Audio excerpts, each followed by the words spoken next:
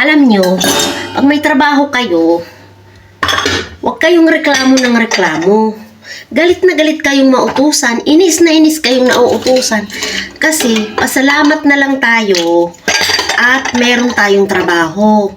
Yung iba sa Pinas, sa totoo lang, mas swerte pa rin yung mga pamilya na nasa abroad sa panahon ngayon na krisis. Kasi, kahit papaano, matutustusan natin yung pangangailangan ng ating mga anak. Kesa yung naandun sa Pinas, lahat apektado, mga bilihin, at least tayo, kahit papaano, nakakapagpadala tayo buwan-buwan sa pamilya natin. Nakakabayad tayo ng mga tuition fee, nakakaano tayo ng mga pangangailangan nila sa pang-araw-araw. Tapos ikaw, reklamo ka ng reklamo na gusto mo nang umuwi sa hirap ng buhay sa Pinas. Sa totoo lang, mga boy, yung trabaho na ngayon, kung anong trabaho ngayon yung meron ka, pangarap yan ng iba. Mahalin mo yung trabaho mo. Yung pinagkakakitaan mo, yung binubuhay natin sa pamilya natin, kailangan natin mahalin.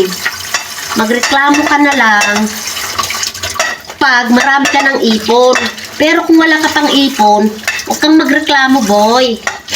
Alam na alam lang yan ng mga amo ko, at saka alam na alam nila yan dito na never talaga akong nagreklamo about sa trabaho.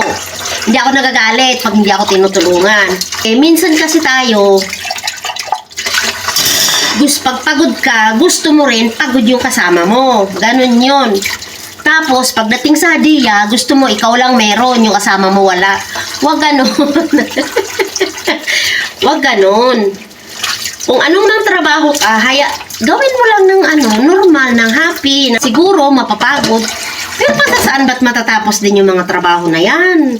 At saka minsan talaga, mas marami pa nga yung dut-dut natin minsan Sa totoo lang, maraming mga Pilipino, hindi lahat ha, na mas marami pa yung dut-dut kaysa trabaho. Matatagal na, tapos galit, pag nainutusan, porque mabait ang amo, wag nating abusuhin ng amo. Kahit na 19 years na ako dito sa amo ko, talagang pag sa trabaho, hindi lumalaki yung ulo ko. Ayos lang. At least kasi yun yung pinanggagalingan ng source of income ko Kailangan kong mahalin. Kasi yung iba, hirap hanap ng trabaho. Pasalamat tayo, meron tayong trabaho. Lalo na sa panahon ngayon na sobrang mahal ng bilihin. Umuwi ka lang ngayon, diba? Uuwi ka ngayon, may dala ka ng pera, bukas makalawa, wala, nga ka na, kaawa-awa ka sa mahal ng bilihin sa Pinas. Huwag kayo magrereklamo sa buhay nyo, kung may trabaho kayo. Pasalamat at may trabaho. Kasi minsan, yung kayabangan din natin, pinapairal natin. Nagmamalaki pa tayo sa mga amo natin. Sasabihin pa natin, lalo na pagalit ka, sasabihin natin, hindi ka na makakahanap ng katulong. Hindi ka na makakahanap ng katulong na katulad ko. Pag umalis ako, hindi ka na makakahanap ng katulong na katulad ko. Mga ganyan, mga tirada.